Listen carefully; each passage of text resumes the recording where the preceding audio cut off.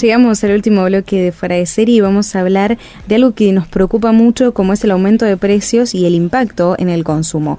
Para eso nos acompaña telefónicamente Carolina Suárez, que es periodista especializada en relaciones de consumo y asesora en la Comisión de Defensa de los del Consumidor Legislatura. ¿Qué tal, Carolina? ¿Cómo estás? Todo bien, gracias por el llamado. Por favor, gracias a vos. Bueno, todos lo sabemos y desde hace un tiempo viene cayendo el consumo y en algunos sectores me parece que se nota más que en otros, obviamente. ¿Te parece que estas medidas del gobierno, de acuerdos de precios, de inyectar dinero a través de créditos, van a contener un poco los precios y reactivar el consumo o faltan otro pack de medidas importantes? No alcanza, digamos. En realidad, el objetivo de motorizar la economía, como se conoce a través de la hora 12 o precios cuidados, no son recetas nuevas. Recordemos que son programas que ya vienen del gobierno anterior. Sí. El tema es que hoy la gente no tiene plata en el bolsillo, y esa es la cuestión. El contexto inflacionario hace que los salarios vayan, como se ha dicho siempre, y vuelvo a citar esta frase, por la escalera, mientras los precios suben por el ascensor. Esa es la realidad. Si los precios de los bienes y servicios van mucho más rápido que lo que uno tiene para pagar, empieza a resentirse la economía en términos generales, pero también hablando del hogar. Y eso es lo que sucede hoy. Hay un sector que, por supuesto, de la población que ha dejado o ha puesto nuevos hábitos de consumo en su vida que antes no los utilizaba.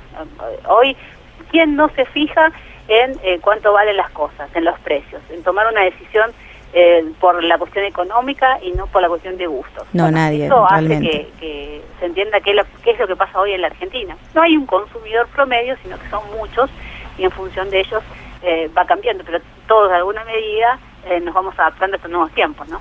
Baltasar Schubert, te saludo, un gusto que estés con nosotros en Fuera de Serie. Te quiero consultar porque dentro del paquete de medidas que se ha impulsado está la nueva ley de lealtad comercial, que sanciona el abuso de posición dominante de las empresas, prácticas desleales. Digamos, ¿qué impacto real crees que pueda alcanzar, teniendo en cuenta que ya la mayoría de nosotros fue al supermercado y no encontró lo prometido? Bueno, a ver, hay una cuestión, por un lado, es lo que tiene que ver con el DNU que se conoció de lealtad comercial, y otra cuestión es lo que sucede en la práctica. Si hablas puntualmente sobre un producto, te vas a encontrar que se necesitaba que se tomen medidas en ese particular. La ley es de 1983 y que se ayornase como sucedió no está mal, por más que haya algunas críticas de que para algunos ha sido un tanto liviana y para otros no correspondía. Lo que pasa hoy es que puntualmente hay abuso de posición dominante de algunos productos, y es lo que sucedió marcadamente con la leche. No es que uno tenga una guerra puntual con ese particular o con la empresa en cuestión, pero sí se nota que si vas al supermercado, por lo menos en las grandes ciudades, y acá me concentro en lo que sucede en Buenos Aires en los supermercados, si vas a comprar un litro de leche en sachet, la versión más económica, te encontrabas que la leche de primera calidad, la que era de precios cuidados, la de precios esenciales, todas terminaban siendo del mismo grupo económico. Tratar de ver cómo se puede combatir eso es parte de lo que se está buscando con la ley de lealtad comercial y también con los proyectos que ahora se están discutiendo en diputados de la ley de góndola. Y eso permitiría que haya más jugadores para que nosotros tengamos un mercado más libre, porque la verdad que hoy, si me hablan de mercado libre como consumidor, y en realidad pienso que tengo 3 marcas y que se supone que son distintas, pero cuando voy vuelta al ayer me encuentro que es de la misma, bueno, me está marcando un poco, no solamente a mí como consumidor, lo que tiene que ver con el precio que termino eligiendo, sino también para el responsable, titular de poder brindarme en esa primer línea de producción, el que tiene el tambo, a quién le está vendiendo la leche, ¿no? Prácticamente terminan definiendo el precio del producto, y era lo que venía sucediendo. Espero que se mejore. Ahora hay un sistema de sanciones que lleva estas multas hasta 200 millones de pesos. Lo que se espera es que haya inspecciones, que se apliquen las sanciones y que la autoridad de aplicación, no tome una duda, que es lo que sucedía muchas veces en el pasado. No cambia demasiado. Como te digo, la ley de lealtad comercial viene a mejorar este aspecto. Pero el tema es que no sé si necesitamos más normativas o más leyes, sino prácticamente que se apliquen, ¿no? Tal cual, como en muchos otros sectores, digamos. no más leyes, sino que se apliquen.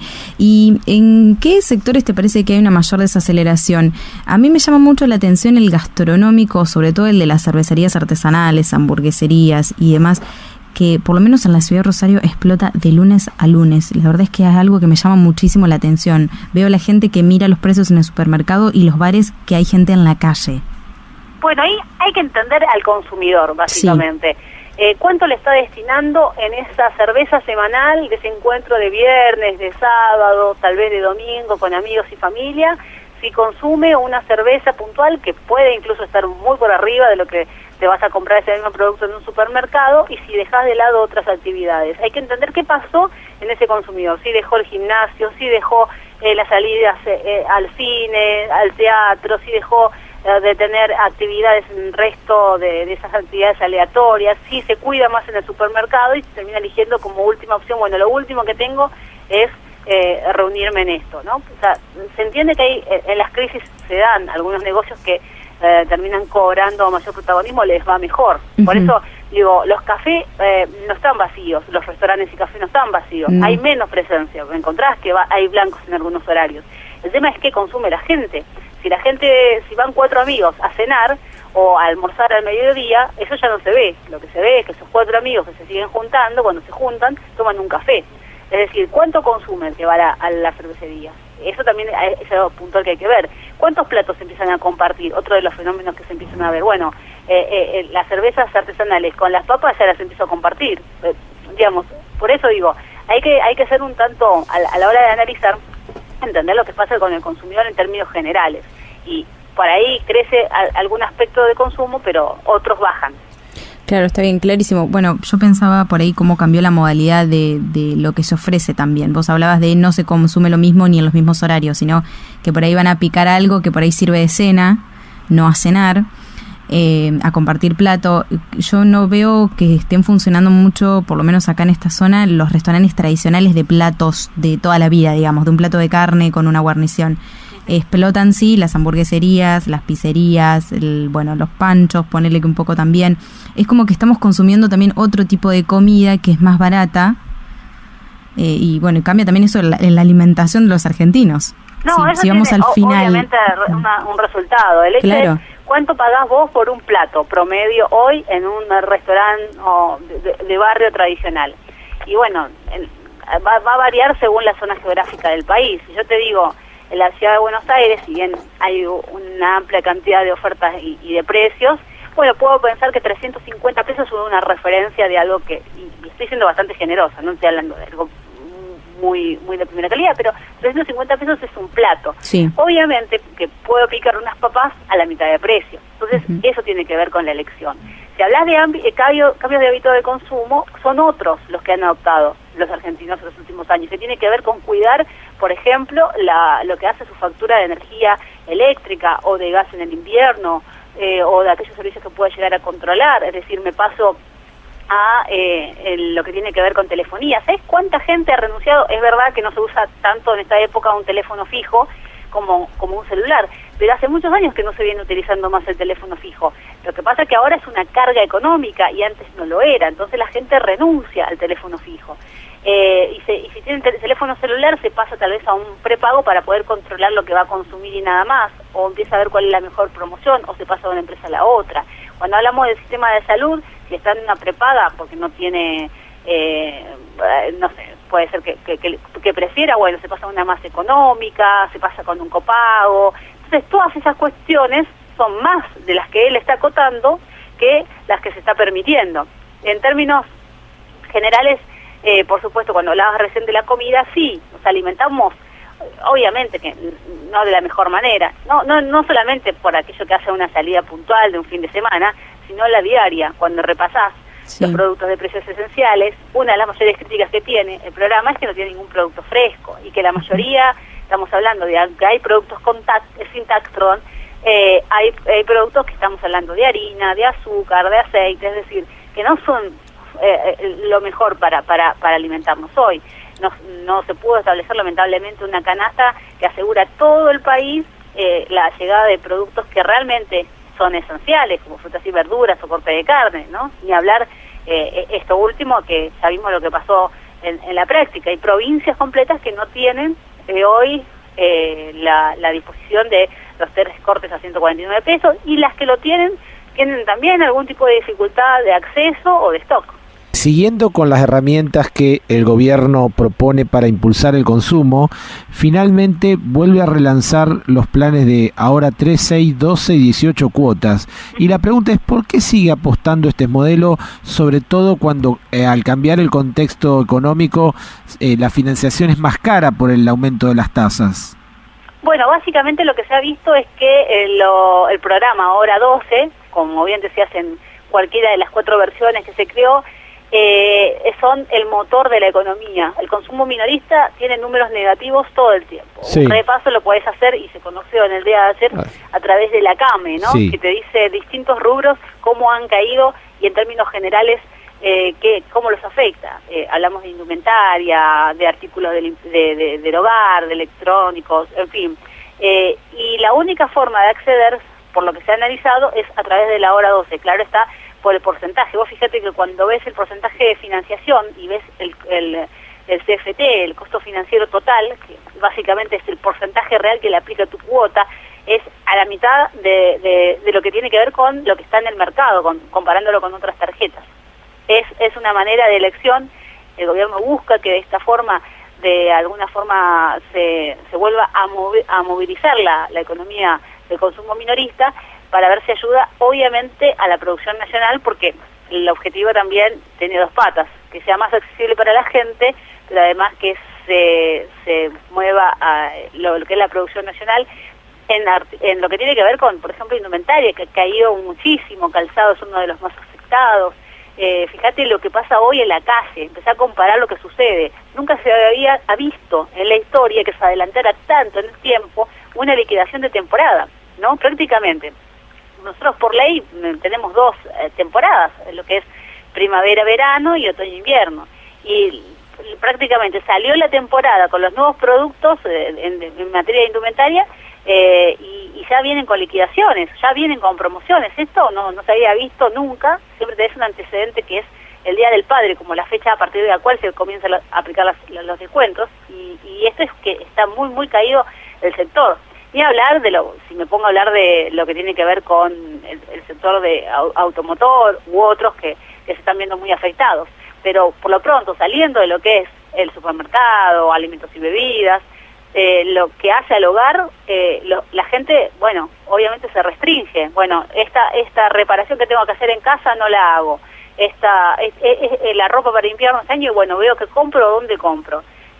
Lo que tiene que ver con algún servicio puntual, bueno, también se va aplicando. Entonces se entiende por qué el ahora 12 en este marco, dentro de todo, es tan exitoso, ¿no? Recién decías, Carolina, de que la ropa, la indumentaria sale directamente con descuento. Es que yo la otra vez miraba, por ejemplo, una marca muy conocida de zapatos que es dentro de todo accesible, no es una cosa elitista, es normal, clase media, y un par de botas sale lo mismo que un alquiler de un departamento de una habitación. Entonces, si no te sale con un descuento, me explico, esa es la comparación de cómo se han ido por las nubes los precios de la indumentaria. Bueno, según un análisis de una consultora privada, un 65% fue el incremento si comparamos año con año, ¿no? El incremento interanual. Pero lo que sucede es que el otro problema es que me citas un caso puntual y está bien, pero no hay precio. Esa es la otra cuestión, no hay referencia de precio. Si le preguntás, si le consultás a alguien en la calle, bueno, ¿cuánto piensa que vale un par de botas para este invierno? No tiene idea, ¿no? Obviamente que ahí influye la calidad y muchas otras cosas, pero la gente no sabe lo que valen las cosas. Entonces, de alguna forma, si lo necesita, y bueno, lo avala, lo termina comprando. Después se dan estas cuestiones que parecen hasta disparatadas, claro está, si termino comparando un precio de un producto puntual, que obviamente me puede durar más de una temporada, pero con algo que es fundamental. Por eso analizaba y te decía al principio, no hay un tipo de consumidor, hay alguno que se va a asegurar el lugar para dónde vivir el próximo mes, y otro que podrá comprarse un par de botas. Tal cual, sí, yo te lo comento porque la verdad es que me llamó mucho la atención. Y después otra cosa que por ahí veo mucho, que vos cuando hablamos del tema de la financiación y de las 12 cuotas, en el supermercado veo que la gente está pagando la compra que quizás es mensual con suerte en algunos casos, porque no son con carritos repletos, en 12 cuotas. Es decir, lo que consumen en menos de un mes lo están pagando durante un año. Lo mismo pasa por ahí con las zapatillas, que las zapatillas de los chicos, que los chicos en 6 meses te las rompen a las zapatillas y vos las estás pagando 6 meses más. Bueno, sí, cuando ustedes hablaban recién del plan Ahora 12, sí. el relanzamiento, que fue la semana pasada, una de las cuestiones fue un repaso por lo que había sucedido con algunos otros programas adicionales que son puntuales para alguna época del año. Por ejemplo, lo que fue la vuelta al cole. Fue un éxito la vuelta al cole. Si ustedes van a la librería le dicen, la verdad que funcionó bárbaro. Pero claro, estás pagando durante un año todo lo que tiene que ver con manuales y útiles escolares, que prácticamente al comienzo del siguiente año lectivo por ahí vas a estar pagando la última cuota, ¿no? Es algo que uno no se hubiese imaginado nunca. Además, dentro de lo que uno recomienda siempre dice, bueno, ¿cuánto es la vida útil de este bien o del servicio en cuestión y cuánto tiempo la voy a terminar pagando? Y cada vez los plazos se extienden y se extienden más. Siempre la recomendación, por citarte un ejemplo, es si te vas de vacaciones y te vas una vez al año, bueno, si tenés que financiarte, hacelo por 12 meses, cosa que para el siguiente año ya se descomprima tu tarjeta de crédito y tu situación económica y puedas pensar en el siguiente destino. Hoy la gente está pagando en plazos que los compromete a año y medio o 2 años. Pero lo más preocupante no son las vacaciones en el exterior, sino cuando una persona va al supermercado y se financia. No, durante un año, porque eso es tal vez un sector puntual que tiene la posibilidad porque se estoquea y porque dice, bueno, yo le voy a ganar a la inflación. Te lo hago un mayorista y dice, bueno, todo lo que es enlatado, todo lo que es material de limpieza o de higiene personal, que sé que crece y mucho y que lo puedo almacenar porque no se me va a vencer, lo compro y le gano a la inflación. Es una buena estrategia. Pero el tema es cuando la compra de supermercado chiquita, de 20 productos que hace una familia, la paga con tarjeta de crédito en más de un pago. Esa es la cuestión, ¿no? Cuando dice, bueno, lo pago en 2 pagos, ¿no? Uno dice 20 o 30 productos. Estamos hablando ya de que eso es lo que pasa hoy. Claro. El informe del INDEC, que es bastante interesante, cuando habla de la encuesta de supermercados, te permite entender un poquito cómo ahora, desde hace un par de meses, unos 8 meses, cómo paga la gente. Y ves que la gente paga con tarjeta de crédito el mismo porcentaje de los que pagan con efectivo. Y probablemente muchos de los que pagan en efectivo también pagan con tarjeta, ¿se entiende?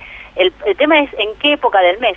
Por eso siempre repito algo que es como un latiguillo, que digo, hoy, para los argentinos, el mes no termina el 30 o el 31, termina el 17, el 22. Hay quienes llegan arañando a fin de mes y se le hace más difícil. Creo que hay que poner el ojo ahí.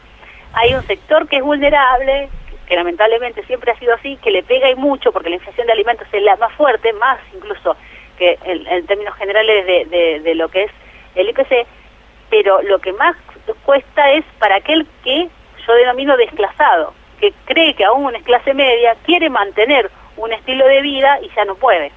Bueno, ahí va la consulta, Carolina, que te quiero hacer, porque con el tremendo impacto que ha tenido la inflación, sobre todo en alimentos, y bueno, la Argentina, como vos decís, y los argentinos hemos perdido los valores de referencia. Realmente la inflación un poco provoca eso, desorganiza la sociedad. ¿Cómo hoy queda estructurada digamos, la radiografía de consumo en la Argentina por sectores, digamos, bajos, medios y altos, en función de los ingresos? Porque digo, ¿de clase media seguimos siendo? Bueno, el tema es cuando vos empezás a ver qué es la clase media argentina, ¿no? O sea, en la ciudad de Buenos Aires, por ejemplo, es muy interesante porque definen un margen muy amplio de los distintos estratos sociales. Y te dicen, bueno, la clase media va de 30 a 80.000 pesos. Y la verdad que no es lo mismo un ingreso que el otro.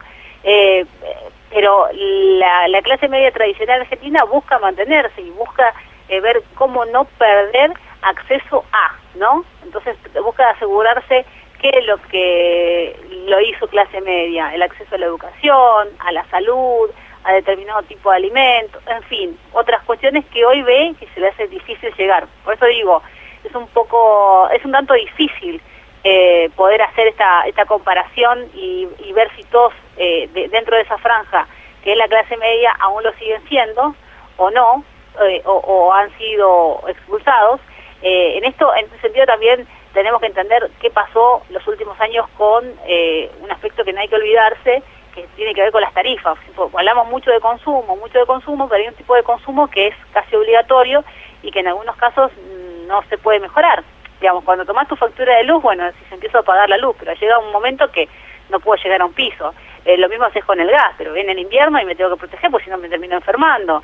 Y bueno, con el agua va a depender de la zona del país, tanto agua como saneamiento, el valor y el sistema de medición que haya, por supuesto. A veces no se puede hacer nada porque eso es un tipo de consumo que no te permite ni siquiera ahorrar, entonces no estás alcanzado ni siquiera por eso.